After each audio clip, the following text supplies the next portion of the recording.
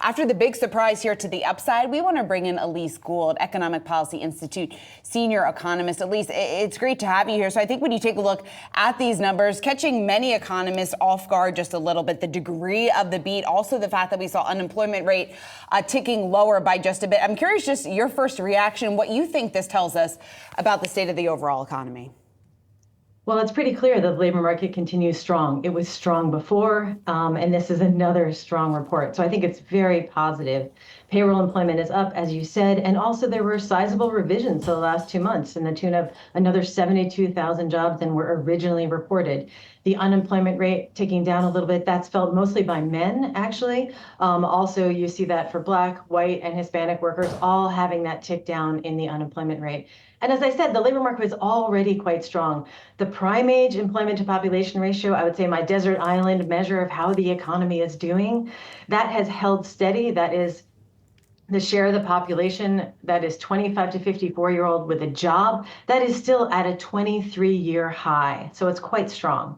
With that in mind, I mean, we did see some moves higher on the wage front year over year as we were taking a look at that, coming in at 4% versus the 3.8%.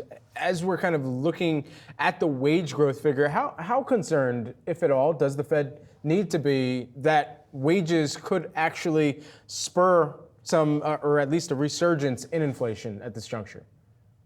I really don't think wage growth is a problem at all, especially given the pace of productivity growth improvements over the last year. And we still have a very low labor share of corporate sector income. So I don't think it's a problem at all. And we've seen inflation continue to come down.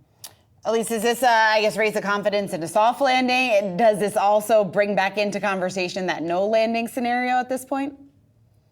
I think it's pretty great, right? So the expectations that the Fed was going to lower rates, maybe in this, obviously, the fact that they lowered rates happened after this jobs report came out. But I am pretty confident about the strength of the labor market.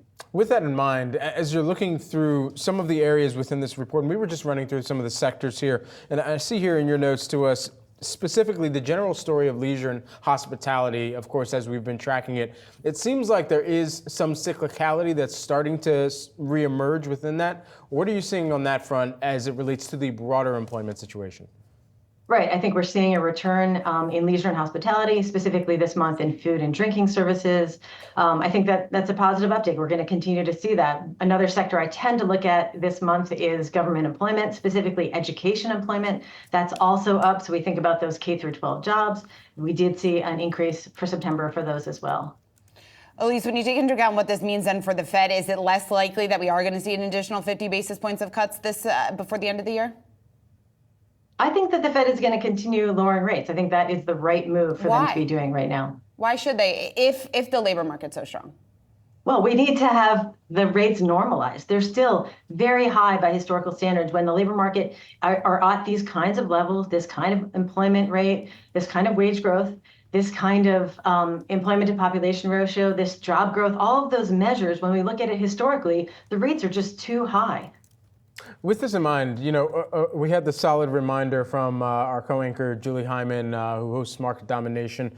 She was reminding that, of course, there's so much focus on this single print, jobs day after jobs day after jobs day. But of course, there's the larger trend that we need to think about as well. Does this at all shift, or how does this change that trend when you get a hotter than expected reading plus past revisions to the upside like this?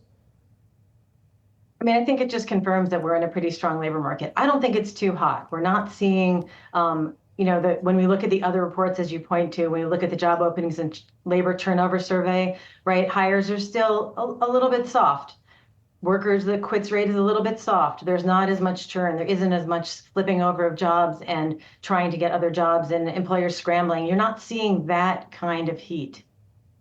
Elise, I know you're very focused on the healthcare sector specifically. That sector added 45,000 jobs in September, slightly below the monthly average of 57,000. I'm curious what you think that this number, what the trends going off of Brad's question and what your answer just was, what that tells us about the strength right now of the healthcare sector.